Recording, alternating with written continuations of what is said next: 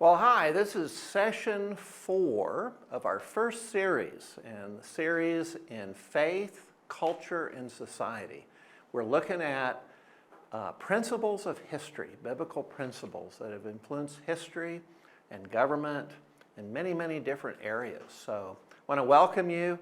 We've been learning about these principles. I want to review just real quickly what a principle is as we start our third principle. This is the principle of Christian character.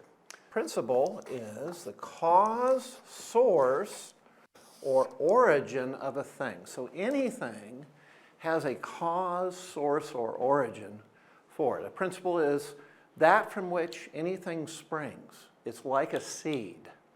It's a general truth or a primary truth that has many subordinate truths depending on it. So the last couple sessions we've talked about this seed that we split open, and inside is a plant. It's got the leaf, it's got the root, and that plant is ready to spring forth. We plant it in the ground and we get this type of plant. If you plant the right seed, you get the right kind of harvest. So that's hopefully what we do with our families and in our churches.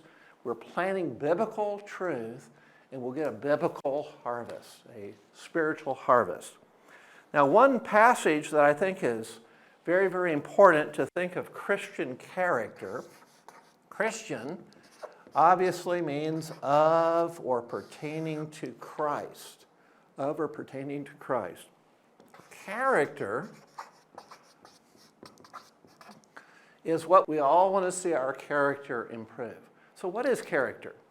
Well, Noah Webster, in his 1828 dictionary, defines character as a mark made by pressing, stamping, cutting, or engraving into the heart. Isn't that something?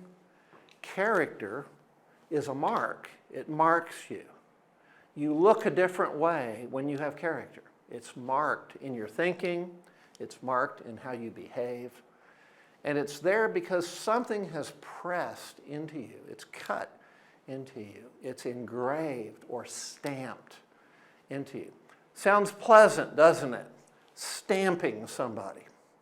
Cutting into their heart. Sounds really pleasant, right? No, it's not pleasant. It hurts. Character hurts. There's an expression in the United States that says character is formed in the oven. Character isn't formed in front of watching television or relaxing in your easy chair. It's as you are facing problems and difficulties. 2 Corinthians 4:16 through 18. And Paul writes, and he says, though our outward man perishes, see, he's going through problems.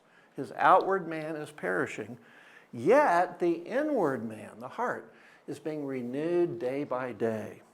For our light affliction, which is but for a moment, works for us a far exceeding and eternal weight of glory, while we look not at the things that are seen, but at the things that are unseen.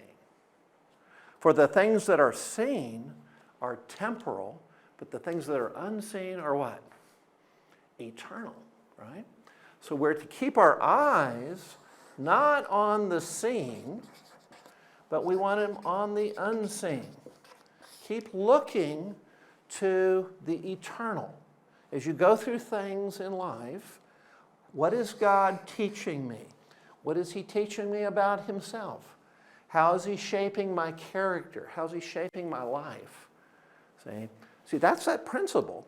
And so I'm going to say, if you're a teacher, or if you're not a teacher, reading about Christians who went through struggles, how inspiring, because it's getting you ready to see that the unseen is really, really so important. Now, how does God stamp his character on us?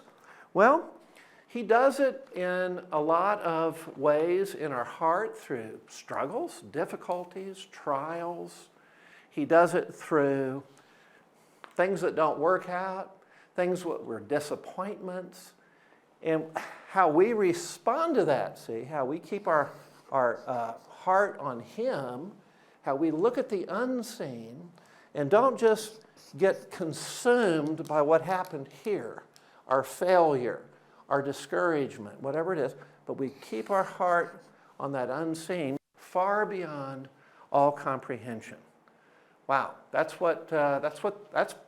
God's working in our life. He's stamping His character on us. So when we think of character qualities, qualities of love, qualities of steadfastness, qualities of diligence, but what do? We look at examples in the Scripture. Look at Gideon, how Gideon was just so small and fearful, and yet he had an army, and then what did God do? He turned them all away, and he went out with 400 men and defeated I believe it was the Amalekites. Look at Moses, who had a speech problem. He stammered, and yet God used him to rescue Israel, deliver Israel from slavery. So we see these great passages, great examples of people who trusted God. What is this? That's trusting God, isn't it? Trusting in the unseen to get you through this trouble that you're going through now. So this principle is rich. I'm a teacher, and I love teaching literature. I love teaching history. And in history, there are so many examples. I think of George Washington, the father of his country, who showed great steadfastness. George Washington, he didn't win any victories until a very surprise attack at Trenton, and then that turned the table on the cause for American independence. But he had several generals who actually wanted to replace him, and they actually spoke about him and planned a cabal, or what we would call like a rebellion, to displace George Washington and put one of their number in as the general. How would you feel being displaced by people who don't at all get it? They don't at all understand what he had gone through. But he showed steadfastness.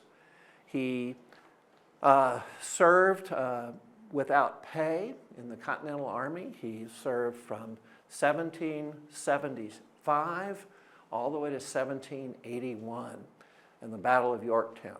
They say when George Washington heard that the French had come to our aid and they had kept the British fleet away from Yorktown, and the British Army was there under Lord Cornwallis, Washington knew he had surrounded the enemy. So I would say, remember what we've learned a little bit, that character is internal. It's formed through trials, through disappointments, difficulties. And what does it do? During that time, if you turn to the Lord, if you look to Him, He's planting His truth in your heart. He's strengthening your character, and you're going to come out stronger in the end. We see this over and over. God bless you as you live that out and as you allow God to plant those truths in your heart. Thank you.